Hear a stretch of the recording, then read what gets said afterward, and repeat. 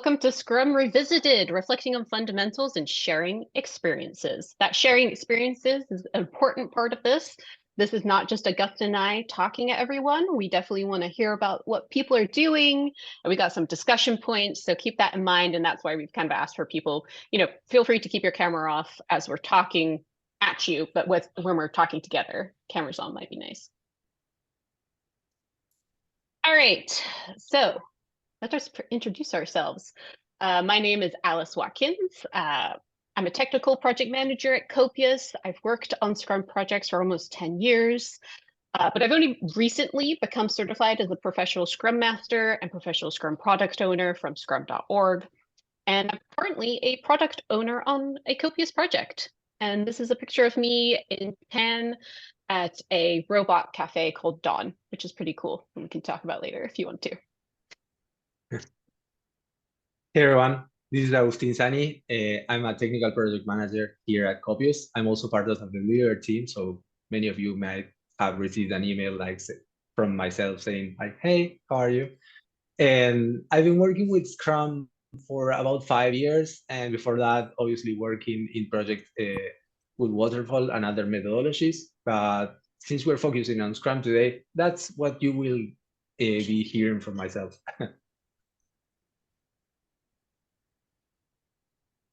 So for this discussion, we're assuming the attendees here have heard of Scrum before and have worked on or with Scrum projects. If that's not the case, this will definitely be informative for you, but we definitely want to talk about Scrum. We also assume all of our experiences and difficulties with Scrum is a little bit different. So the purpose of this meeting is not to teach you all about Scrum. Frankly, we can't do that in an hour. Scrum is pretty complicated to understand. The full breadth and detail of it completely. But we want to briefly review some specific topics and focus on discussing your questions and real day-to-day experiences with Scrum. So the topics we've picked are Agile and Scrum theory, Scrum teams, Scrum events, and artifacts. I can just join a random club just because I have been. So let's start off with, what is Scrum? Let's go back to the basics and talk about Agile and Scrum theory. So Agile is a broad umbrella of many methodologies. Scrum is just one of them. Others include extreme programming, or XP, and test-driven development, or TDD. The Agile Manifesto was created in 2001 as an alternative to documentation-driven and heavy software development processes. The manifesto has 4 values, which are here on the screen, and 12 principles, and is the foundation for all Agile software development today. So the 4 values from the Agile Manifesto include prioritizing individuals and interactions over processes and tools, working software over comprehensive documentation, customer collaboration over contract negotiation, responding to change over following a plan.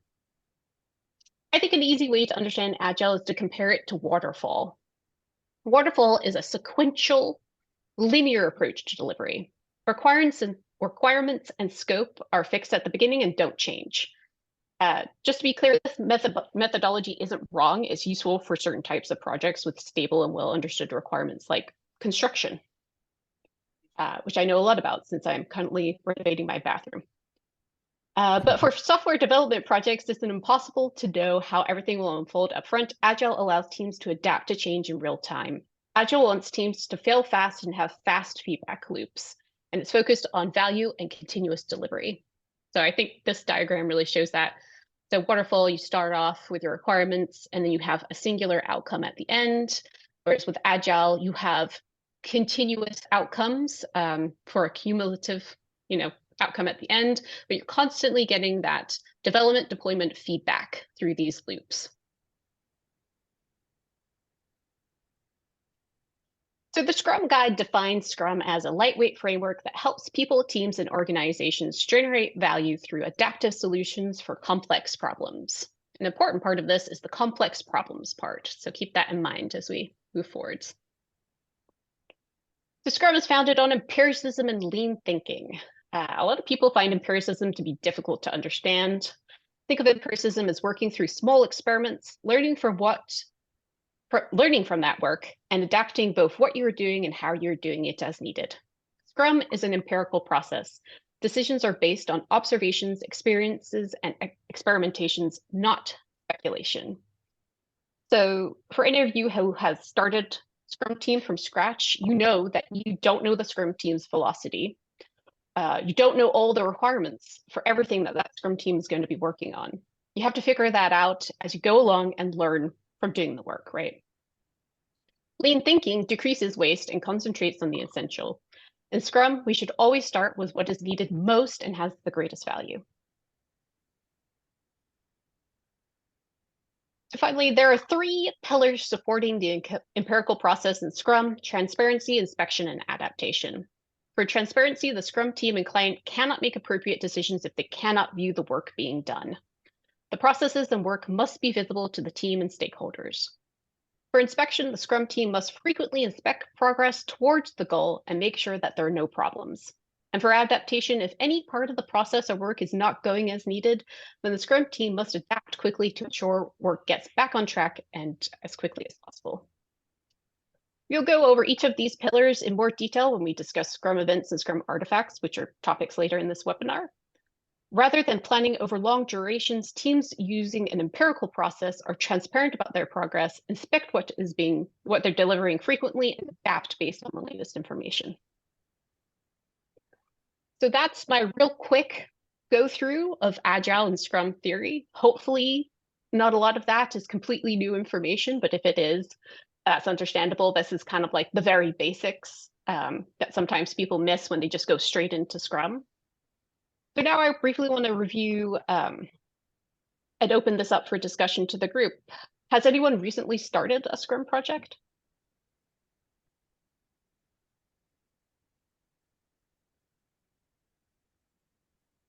See, this is the discussion. Anyone with like anyone with a further experience or first approach into Scrum, maybe their teams or their project were applying another methodology and they just started using Scrum. How did you prepare for this? How do you guys think it's going? In some organizations and projects, they get someone to provide all the knowledge so everybody could start working on the framework. And as the time goes by, you start learning how to properly adapt it to your needs and to the specific project. Maybe somebody has a new experience in such. I have one. I guess it's a little different. It's an internal project, but we started trying to build an insights platform, reporting platform. And so we started out with more of a Scrum style approach and daily stand-ups, but we pivoted to more of a Kanban style because the team that's working on all this feature development is actually also billable. So it's sort of like really hold people to that 2-week sprint methodology. But I think I found like the majority of the projects that we've done here in the past, I don't know, 5 or 6 years have either been a mix of sort of Scrum or Scrum-a-fall for certain customers, but I think for what we're doing internally, I think we've adapted it to meet our needs. So I think that's one thing I think is pretty important, is that you had sort of adapt it to what works for you and your customer. So, but yeah, I don't know. Actually, Renee's sort of stepped in to help drive some of this. So Renee, like the copious insights stuff, I don't know if you have an opinion on how we're running that, but I find it to be helpful for us to be able to flex scope and like reprioritize things. That's the big benefit for us, especially given that everybody that's helping build the stuff has also got a full-time day job of billing to a customer. So for us, I think that's the right methodology. And we don't necessarily always know what we're going to be doing in the next sprint, if you will, or the next phase. So having the ability to reorganize the scope has been helpful. Yeah, and it's very important what you mentioned, Zanni, about like what's useful for every team. Of course, the Scrum Guide, it's a document that mentions what the framework is about, but you will see that from project to project, there are specific needs, so it's kind of being adapted. Of course, when you apply the whole Scrum, like the whole Scrum thing, you will get the benefits of it, but that doesn't necessarily mean that if you don't apply everything, every single aspect, the project will fail. It's a framework, and it's what you can do and what you cannot, but it still adds to every need, you know. Yeah, one of the things that we get from customers a lot is sort of like, what's the velocity, right? So I don't know if we'll get into story points and things like that, but that's one of the things that's tricky for us is sometimes our projects are all new. Our team members are all the same people, but this like the organization of those teams is different. And so velocity is variable, if you will, because the people are different people. I also think just the nature of our business is sometimes difficult to come up with velocity and story points because of that. And so I'm curious if we'll get into that today, but that's a big thing in terms of a lot of our customers are looking for a capacity or sort of Scrum-based team of people to do things, and they want to know how much we can get done. And that's tough. Those team members are kind of the construction of those teams has a big impact on the velocity or the number of story points we can attack in a sprint. I'm curious if we'll get into that. That's the part that we haven't really endeavored on. The stuff I just mentioned is we're not story pointing it. It's sort of like get what you can done in the time you can, and we move on to the next feature. Yeah, we won't discuss velocity and story pointing so specifically, but as I kind of touched on, like you can't have a velocity on a project until you're at least 3 sprints in, because you need 3 sprints to create a velocity. And even at that point, if you make any changes to the team, that will impact velocity. So that's a constantly changing and something like that part of the empiricism that you only know what you know as you go through it and learn, which I think is very difficult to kind of accept up front, especially if you're used to waterfall projects where you have everything set up front and it's all set in stone and decided. That's just not how Scrum works and not the foundation it's built on. Sorry, Michaelis, what were you going to say? No. I just wanted to add a little bit that on Danny's comment that also the type of a project, for example, the maintenance and support project that we have for HSF, we will build our sprint all set up, and then because of production issues and other issues that we're having, we're constantly changing the priorities within that sprint. So we went for months and months and we were not able to calculate velocity or really see what the team was, capable of achieving in a sprint because of all the changes in prioritization. So yeah, which is why that project switched to Kanban, right? Exactly. Which is important. Yeah. Sprints are, and we'll talk about this more, but like a sprint is very set in stone. What you start a sprint as, you have to finish that sprint as, or else you're randomizing your team, right? And that's also a consistency thing and something you learn over time as your team progresses and they formalize and they've adapted to Scrum and kind of taken it in and accepted, what Scrum means. Becomes part of just your day-to-day progress. All right, shall we move on? Any other questions or comments or anything about this? This is kind of the higher level. It's a little easier to talk about some of our other topics. Yeah, we should definitely move on. Okay, guys, let's talk about the Scrum teams. Scrum team doesn't have a specific size, but the guide mentions that it should be less than 10 people. And if the team would be bigger, what we would normally do is to make 2 smaller teams that will work on the same backlog. And there are 3 different roles according to Scrum, which would be the product owner, also known as PO, the Scrum Master, and the developers. And within the Scrum team, there's no such thing as hierarchies or subgroups or subteams. And this could change from project to project, but the idea of the guy is that everybody's on the same level and we all work as a team. And the idea of this team is to be cross-functional and also self-managing. Let's move to the next slide and talk about the product owner. Well, the PO is accountable for maximizing the value of the product, resulting from the work of the Scrum team. And POs provide clarity to the team about product vision and goal. All the work that is delivered and prioritized is based on the product goal in order to deliver value to the stakeholders. And as we see, the product goal is like the whole objective of the project. And we will be discussing that later on.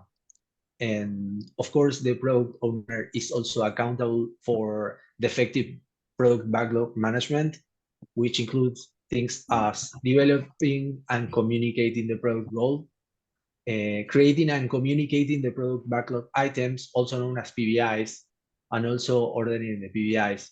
So as you would see, what we need from the PO is understanding the needs, kind of separating those into big chunks of stories that identify certain needs, and then ordering those needs based on the priorities stated by the stakeholders.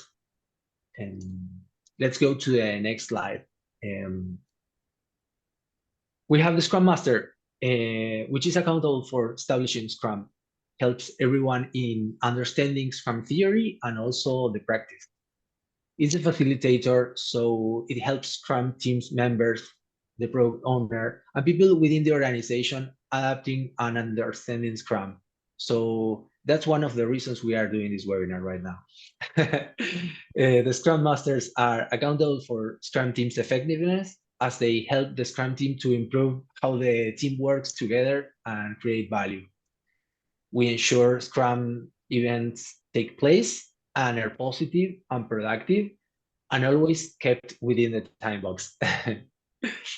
And we also influence the removal of impediments. Those are the reasons why all the Scrum Masters will be checking in from time to time just to see how things are going, if you have any issues or comments or any doubts regarding a specific PBI that you might be working during the sprint. And then let's move to the developers.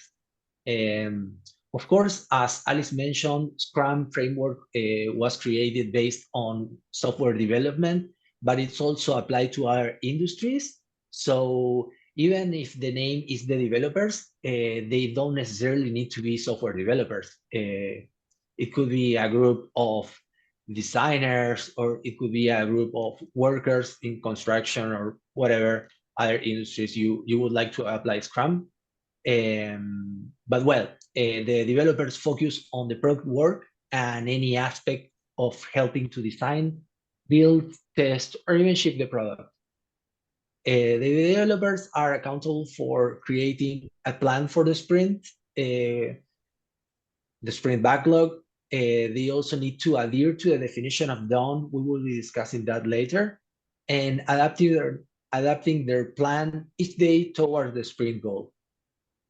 Holding each other accountable as professionals, of course, so we could understand that we will all be working in this team and we are all professionals, considering, of course, that everybody has a different skill set and also more or less experience on certain areas, but we will all count as professionals. And of course, we will all be remembering and embracing the Scrum values, which will be courage, openness, focus, commitment, and respect.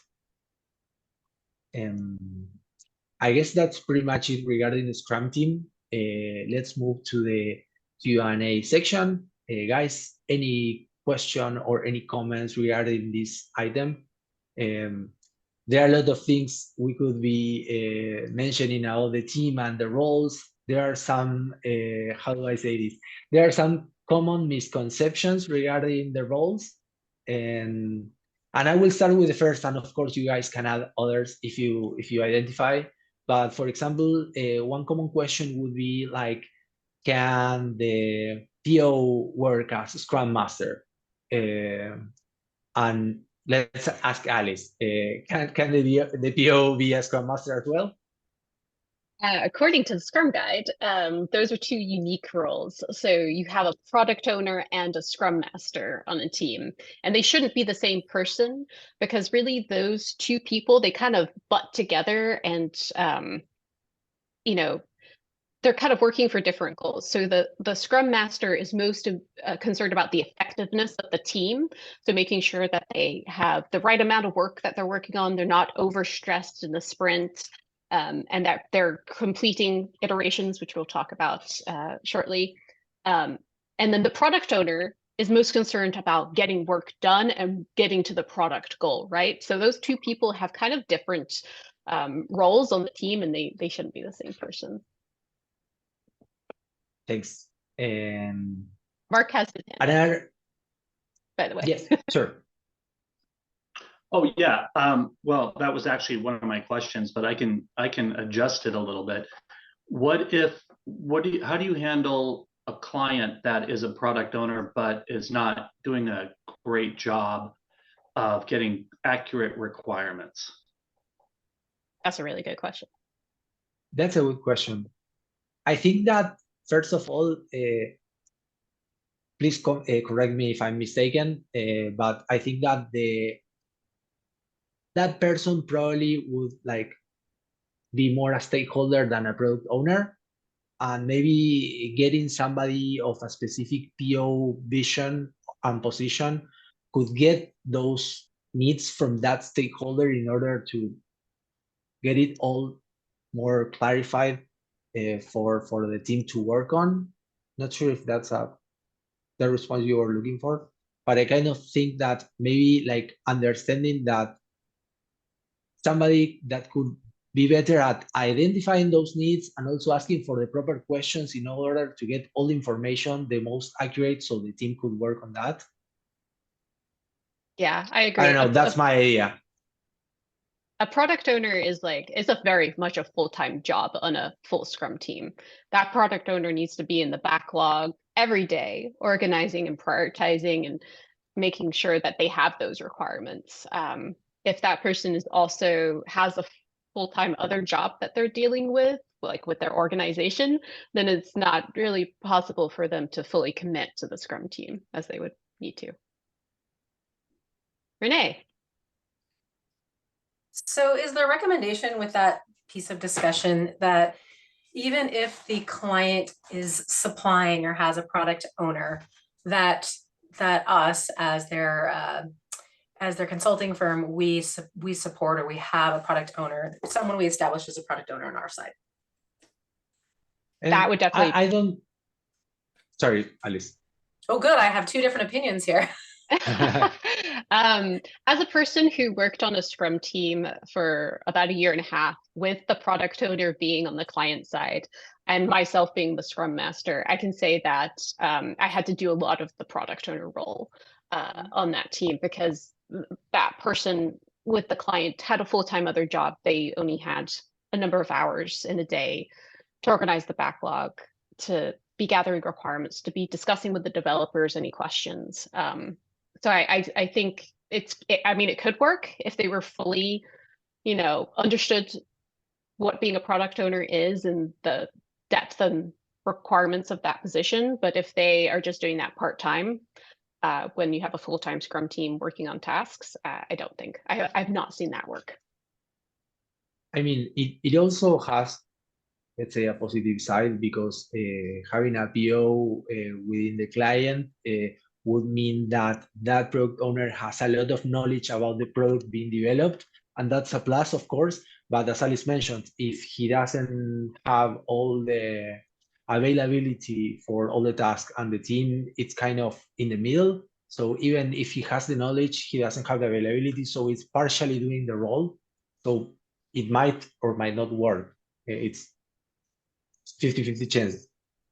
Thanks. I appreciate your opinions. Good question. Mark. Yes, just a little bit, some more comments about the conversation about having a product owner on our side of things and also product owner on the client side of things. Is that as a product owner, you have to be involved in terms of requirements, understanding the business requirements, where those business requirements are going to be changing and why. So you have to really be integrated with the client in order to successfully play the product owner role. What we have experienced, at least the projects that I have, is that the client comes to us and say, these are the requirements. And sometimes if we ask questions about how is that affecting and what are the requirements changing, and is the business requirement changing because we're doing something different, we don't get the details. So it's really hard to make decisions about the product unless you have all those details. Therefore, we kind of take the requirements and we process them as best we can. And then, of course, there are changes or there are other things that come later which we have to deal with. So I guess the point I'm trying to make is that we have to kind of integrate ourselves more with the client in order to be successful product owners as well. Mhm. Yes, true. yes, and as you mentioned, the requirements might be changing, and we could partially understand the needs, but that's the beauty of Scrum.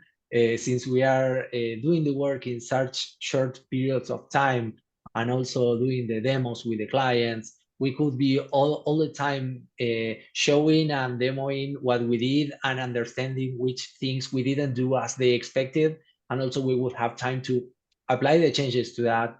And of course, things will be changing and the scope might get a little bit extended, but I guess that it's understandable in this industry that we will try to adapt and evolve with each single sprint, as to understanding the needs and also how to sort of work them out. Mhm. Yeah, 100% agree, Agustin. That's a good point.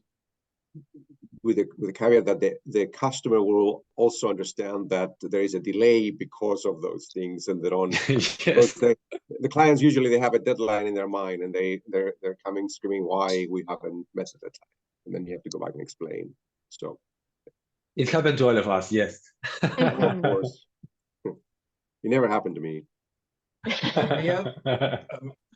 I may add from my experience in another company that what they did is have somebody doing kind of our side of a product owner, the translator of what the product owner in the company wants, and negotiates what is gone and what stays and whatever. And that makes our life easier. Because sometimes the product owner from the client is kind of doesn't understand why it's so difficult to move a button, let's say, from the screen, and then they say, well, but if we do this way, it will be easier to handle, and then the product owner say, okay, off you go.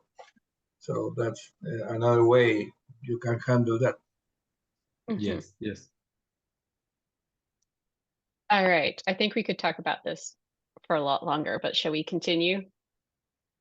Yeah. And okay. So next up, we have Scrum events. So this is how Scrum teams inspect and adapt work. So this is going to be me talking a lot about each of these. So I'm sorry upfront for the amount that I'm about to say. Depending on which Scrum organization you follow, Scrum Alliance or Scrum.org, there are 5 to 6 Scrum events, all of which are formal opportunities to inspect and adapt work and processes. So each Scrum event has a specific purpose, time constraint, and required participants, which creates focus and consistency for the recurring meetings. So the Scrum events include the sprint. So the sprint is the container of all other events and enables rapid feedback loops. Sprints can be no longer than a month, but all the sprints I've ever had have been 2 weeks. All other Scrum events are longer or shorter depending on the length of the sprint. So first off, we have sprint planning. This is a meeting where the Scrum team identifies the sprint goal and what work will be completed during the sprint. Sprint planning is 8 hours max for a 1 month sprint, or generally 4 hours or less for a 2-week sprint. Then as part of the implementation phase, we have the daily Scrum, or some people still call this stand-up. Daily Scrum is a daily meeting where the Scrum team inspects their daily progress towards the sprint goal. And we'll talk more about the sprint goal in the next section, but teams usually answer 3 questions during this meeting. What did you do yesterday to help meet the sprint goal? What are you doing today to help meet the sprint goal? And what impediments are blocking you or other developers to meet the sprint goal? The daily Scrum can be no more than 15 minutes. If your Scrum meetings in the morning are more than 15 minutes, then it's not truly a daily Scrum meeting. And that's true even if the sprint is a month or 2 weeks. And also the entire Scrum team must attend the daily Scrum. So next we have sprint reviews. These happen at the end of the sprint when the Scrum team reviews the outcome of the sprint with stakeholders and gets their feedback. So that's that important part of that feedback loop. Anytime something's implemented and created, you got to review it, make sure it's meeting the expectations. Sprint reviews should be 4 hours max for a 1 month sprint. Finally, we have retrospectives, or sprint retrospective, I should say. These are the last meeting of the sprint. The Scrum team plans ways to increase quality and effectiveness for the next sprint. A popular format for this, which we'll look at also a little bit later, is what went well. Is there anything that didn't go so well during the sprint that could be improved for the next sprint? And then the team makes a list of action items to include for the next sprint. Retrospectives should be 3 hours max for a 1-month sprint. Only Scrum teams will participate to encourage open and honest discussions. And then we kind of have an outlier, which is backlog review or refinement. I say outlier because scrum.org doesn't sort of specify this has to be part of this Scrum event process. It's only part of Scrum Alliance, but most people have this meeting. This meeting usually occurs at the midpoint of a sprint. The project owner presents backlog items to the Scrum team and discusses and refines requirements. And then the dev team can ask questions. There's no official time box though, because it's not part of the Scrum guide. Okay. So I think the most interesting sort of thing to talk about this is obviously in recent years, many people are working remotely, so we all have to adapt to these Scrum processes. When I first started doing Scrum 10 years ago, we literally had stand up in a meeting room where myself and all the developers on the Scrum team would go into a room for 15 minutes in the morning. We wouldn't sit down, we'd literally stand up and give our, what we did yesterday, what we're doing today, and if we have any blockers, updates. So obviously most of us can't do that anymore. Some of us may be meeting in person, but I personally, for the last 4 years, have been working remotely. So on remote Scrum teams, I found it really important to have a clear working agreement, which is developed by the team and which we all agree to. So this is an example of my current project's working agreement. I include like the core hours were across functional team, across different time zones. So we have specific hours that we ensure everybody's available. We identify what our daily communication is going to be. So we talk through Teams constantly. We don't do email. We don't do Slack as much. Obviously, we can, but that's not our main source of communication as a team. Our team also has focused Fridays where we don't have any meetings so that everyone can have a heads down day where they, ensure that work gets done on a Friday. And just general rules. Everybody be on time for meetings. If you can't attend a meeting, you need to let everyone know in advance. Things that you kind of think about and are kind of unspoken rules, just write them down, because in remote settings like this, it's just easier to have this all clarified down in one document that everyone's read and agreed to. And also easy to reference if someone's, kind of forgotten that they need to attend daily Scrum every day. So in these documents, I generally include the general guideline, meeting requirements, also the definition of ready and definition of done, which Agustin is going to talk about shortly, and also version control.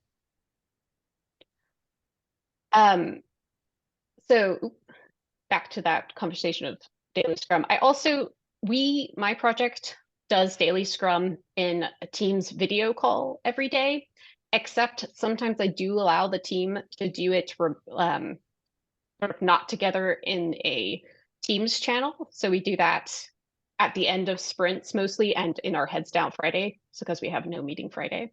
So also been flexible about not always having that in a video meeting. Some other ways that I've handled applying Scrum remotely is I've been looking into some online tools to help the Scrum processes in these meetings. For retrospectives, I really like easyretro.io. I've been using this consistently for, I think, 1.5 years now, maybe 2 years. It's free if you mess around with it, so that's nice. And it allows, this is kind of what it looks like. You can have different column headings depending on what you want to do for your retrospective. But we usually use went well to improve in action items, and it allows the team to add the little cards, and also lets you do surveys to do check-ins, which is really important if you're Scrum Master to know, like, how's your team feeling?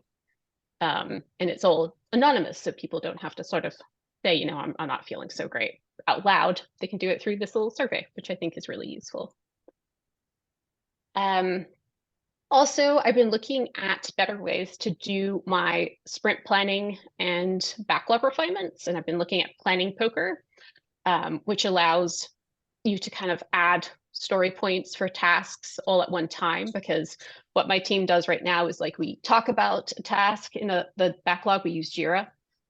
And then in the Teams chat, everybody enters their story points. I go 1, 2, 3, and everyone's meant to enter their story points, but that doesn't always work because some people are gonna be a little delayed, and then they've already seen people's story points, and that can influence what people are thinking when they're pointing that task. So it's not so great.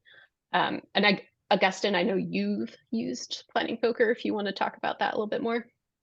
Sure, yes, and also another tool we are using in one of the projects I work in is Point Invoker, which is a similar tool. It's basically allows everybody to join to a room, let's say, and once you guys discussed like the whole user story, everybody can vote, and you can't see the pointing of each individual until everybody voted.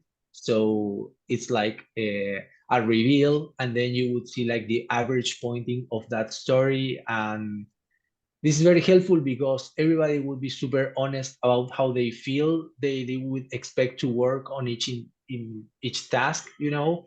And I guess it's cool because people wouldn't normally attach to what other person would say. If somebody doesn't really understand or think it's very complex, they would, I don't know, add a 5 to that, and maybe some very skilled person that understand it quite perfectly, they would say, "No, it's super easy. It can be a 2, you know."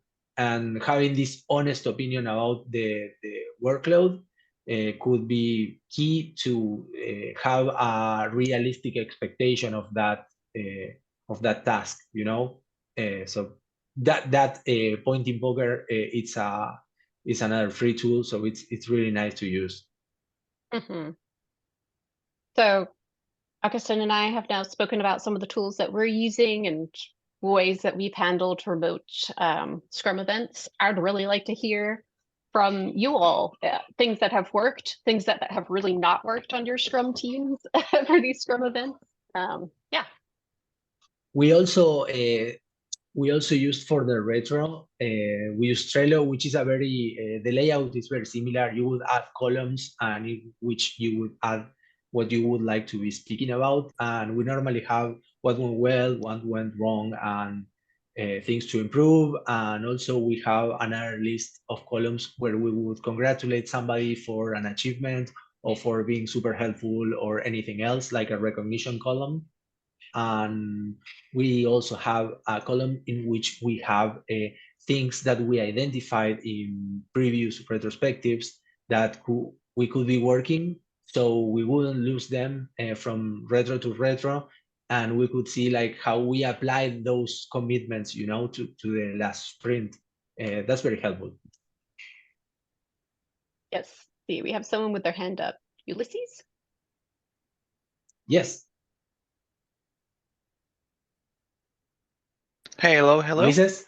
Yeah, Hi. we can hear you. Yeah. Hi there. All right, business analyst here. I wanted to add some of my inputs since you're asking for it. There's also some of my notes which I was asking regarding of very high or very unusual teams. So I wanted to share some of my experiences on what worked in those cases. So I'm going to maybe deviate a little from the Scrum guide into practical purposes because I mostly believe in the phrase the book adapts to the reality, not the reality to the book. So, with that being said, uh, the smallest implementation I've ever seen of this practices is 3 people, myself included, which is the point of the question. In this case, I was dealing with 2 automation QA engineers, which basically knew what they were doing. So the way we adapted is that we simplified the Scrum cycle, reducing the number of meetings and reducing the number of work, because basically to them, it's much more valuable to have almost full weeks of uninterrupted work, which worked really well.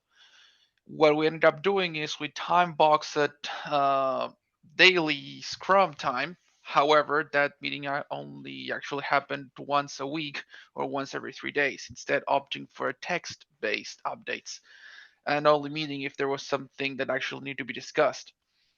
If the team is from the standard size of 10 people or lower, you can actually get away with solving a few things during daily Scrum as long as you are time boxing effectively and do not let things turn into conversations of their own. This practice is usually known as parking lot. Basically, once it's obvious the conversation has taken a life of its own, you say, okay, let's parking lot this and continue later. But it's a great way to keep the team aware of what's going on and potentially avoid a meeting or an email chain if the conversation is really, really small. On the other side Yeah. of the spectrum, we have extremely large teams, which I've been during my tenure at Deloitte. We're talking about more than 300 or 400 people working on a single project in which just about everything you could possibly do in a Scrum cycle becomes unwieldy. In these cases, you have very regimented time boxing and very regimented efforts. However, it also becomes tricky to stick to the 15-minute window for very, very practical reasons because you have maybe 20 people in a single team, or maybe you have an extended meeting because someone is providing support and you can no longer meet successfully that 15-minute meeting, even if you stick only to the core questions. So Ulysses, So let me stop you for a second. So you had a Scrum team with 20 people on it, and you're trying to do daily stand-up? indeed, it's something I've seen happen. Yeah. I mean, I would say that's a situation where I think the Scrum guide is correct that you should have only 7 plus or minus 2 people for a Scrum team. Otherwise, it sounds like it was pretty unwieldy for you on those teams. It was pretty unwieldy. The point, however, is that these extreme situations do happen, and just wanted to provide my feedback on what can we do when that unwieldiness begins to happen. Yeah, I think did you try and reduce the size of those teams, or was that not an option? That's what's simply not an option. Yeah, that's difficult because I would say that 20 people in a Scrum team is too many people. Yep, indeed. But yeah, but as always, that's like the reality when it hits against the theory. In certain cases you can adapt, but in others, as you mentioned, you just cannot, and you do the best you can with the framework. Yeah, I think that's the main takeaway. The reality of Scrum is that it's never implemented from beginning to end, and it's never implemented in the same way in 2 different companies, maybe not even 2 different groups in the same company. That's true, but I have adapted. found that the closer I can get to the framework, the more success I have with it. The more I deviate from it, the less success I have with it. All right, thank you. Did you have something else I feel like I cut you off, Ulysses. Did you have other items to discuss? I'm sorry. No, that's all. Just wanted to, since you asked for feedback on what worked well in different situations, just wanted to share that. Perfect, thank you. Sebastian. From the mute button. So I think as examples of what doesn't work well, I could provide too many. I've worked in a number of places so far. I think I should mention the worst, which was a startup where the owner will hijack every stand-up meeting, and instead of 15 minutes, he will never last less than an hour. Sometimes he was like 2 hours just wasted listening to a person who needed an audience instead of letting us develop. Yeah, that's why I would say it's super important that just the Scrum team be part of those daily stand-ups. I mean, I'm assuming the owner was not on the Scrum team. It was a complicated hierarchy. I believe the Scrum Master was his son, so I'm just going to leave it there. So anyway, I had a question actually. I've seen teams getting organized. I mean, when we talk about not just every Scrum's sprint, but how do you organize multiple sprints? I've seen people use something called program increments, but I've still never used them. What do you recommend these days? Program increments. I've not heard of that. My So yeah, project. they are basically batch sprints, like a group of 2 or 3 sprints. I think 2, and they make a release and try to present something more to I end guess, users. yeah, I Alice, guess that you're referring to the scale framework, which is like Scrum, but for bigger scenarios, like way bigger teams, and so everybody will be working towards the Yeah, same product goal, but they will be working on separated sprints, yes, I think working at the same time, actual, you know. the actual name was Safe, like Sebastian? Scrum for enterprise. Don't remember what the name was. Agustin, Alice, if I may, I think I got the answer Yes. to that one. Sure. So, Sebastian, yes, indeed, what you're referring to is not exactly Scrum or Kanban. It's something different, which is SAFe. It's, as you mentioned, it's a scaled agile framework, which it's a topic of its own, and I don't want to hijack the meeting, so I'll keep it brief. Basically, what SAFe does is it takes the fundamentals of Agile and Scrum and tries to scale it up into a completely different level. We're talking 100 people, 150 people, and upwards. What you do is you take the basic unit, which is the 10-man team, and you replicate it horizontally into multiple teams, which then scale upwards, where every Scrum Master has its own meeting, what's often called the Scrum of Scrums, and starts to regiment the entire process. Basically, the team is no longer entirely in control of everything because there's a vertical integration upwards. The increment is the unit of measure for SAFe, which indeed covers from 3 to 5 sprints, and it's governed by something that's called the program increment planning, where basically you do something very similar that you do for a sprint, but instead you do it for an entire season or maybe as far as an entire quarter. That's all. Thank you. Yes, thank you. Thank That's you, pretty Liz. complicated stuff. But for me personally, with my Scrum team that has about 10 people on it, I try and plan out at least my next 3 sprints. So I generally am 3 sprints ahead, have a pretty clear, what we're going to be doing. And I don't try to go much beyond that because then I know less about what, the requirements are and what the priorities might change. So there's, that's about how much I try and plan out. Yeah, I feel SAFe like, is a beast of its own. yeah. Yes. I think we should get into our last topic because we have 6 minutes left. Yeah, let's get to it. Okay, so for the last topic, it would be about Scrum artifacts. And the Scrum artifacts represent work or value. They are designed to maximize transparency of key information. And the artifacts would be the product backlog, the sprint backlog, and also the increment. And each of these contains a commitment. So for the product backlog, we already kind of mentioned it, but it's the product goal. And for the sprint backlog is the sprint goal. And for the increment is the definition of done. And let's get to each of these. So the product backlog is an emergent ordered list of what is needed to improve the product. It is the single source of work undertaken by the Scrum team. And the product backlog items, PBIs, that can be done by the Scrum team within one sprint are deemed ready for selection after refining activities, which would be what we mentioned about breaking down the items so it would be smaller and more understandable and also doable. And the developers are the responsibles for this resizing. And the commitment for this artifact is the product goal, which describes a future state of the product to plan against. Moving on to the next one, we have the product, the sprint backlog.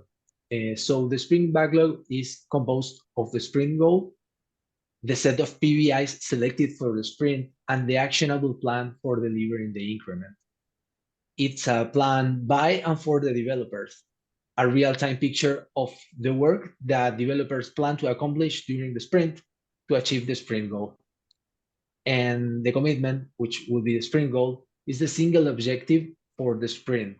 It is created during the sprint planning event and added to the sprint backlog.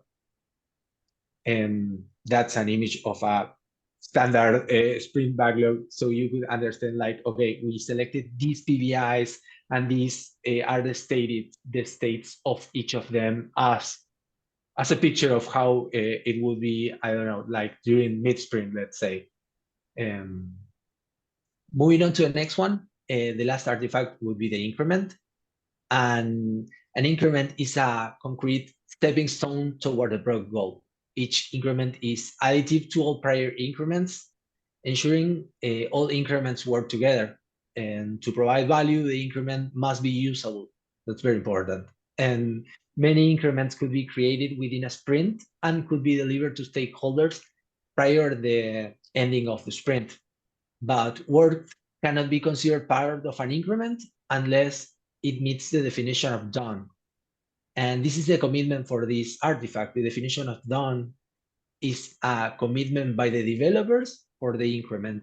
It includes all characteristics and standards an increment needs to meet in order to be released. It creates transparency by providing everyone with a shared understanding of the required standard of work. So you would see an example provided by Alice, which I felt it was super helpful. So we would have a clear idea of what the definition of done is. For example, all acceptance criteria is met and verified at dev and QA, code peer review, automated test passing, QA approved within PR. What else? Relevant documentation is needed. This is something that has to come up with the team. It's an agreement. So everybody would say, okay, under these circumstances, we would consider a task done when we meet all this. That's pretty much about the definition of done. And so now that we saw all this artifact and also the commitment, I would love to hear your comments about this section. Do you guys have any inputs on this? Any topics for discussion?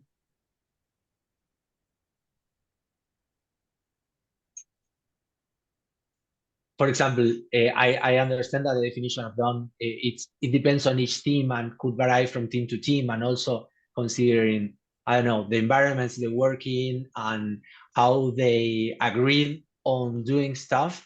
I don't know, an example of a team I work in, they would normally, before implementing a change into dev, they ask all the other developers in the team, at least they have to get like 3 upvotes on each PR. So some of the team members would see the work they did and kind of approve, or otherwise they could like share, hey, I've seen this, that maybe could be done this way, or hey, you missed this thing. So the work could be seen from other perspectives before getting actually to be QA.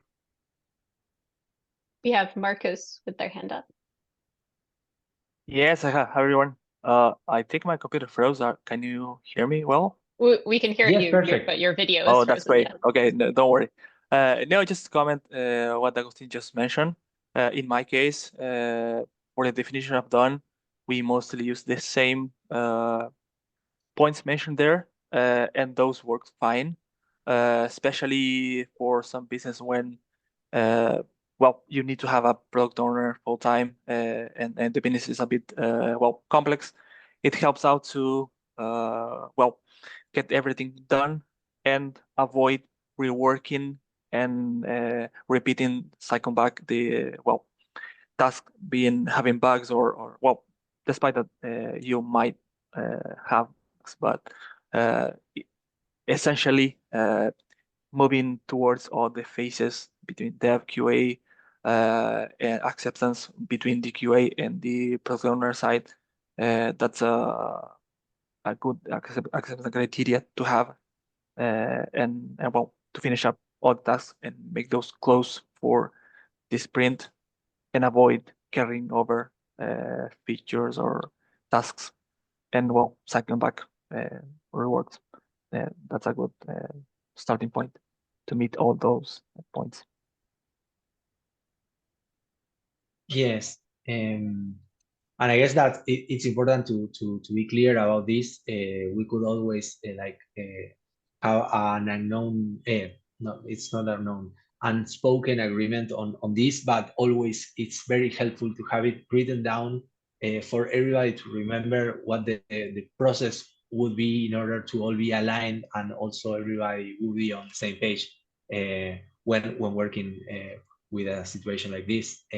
Also very helpful for new members. You could have a team that it's adding new teammates, and having that written down for them would be super helpful to stay up to the expectations of everybody, of course. Really appreciate you guys showing up and also sharing your thoughts and comments. Of course, this webinar will be recorded and will be shared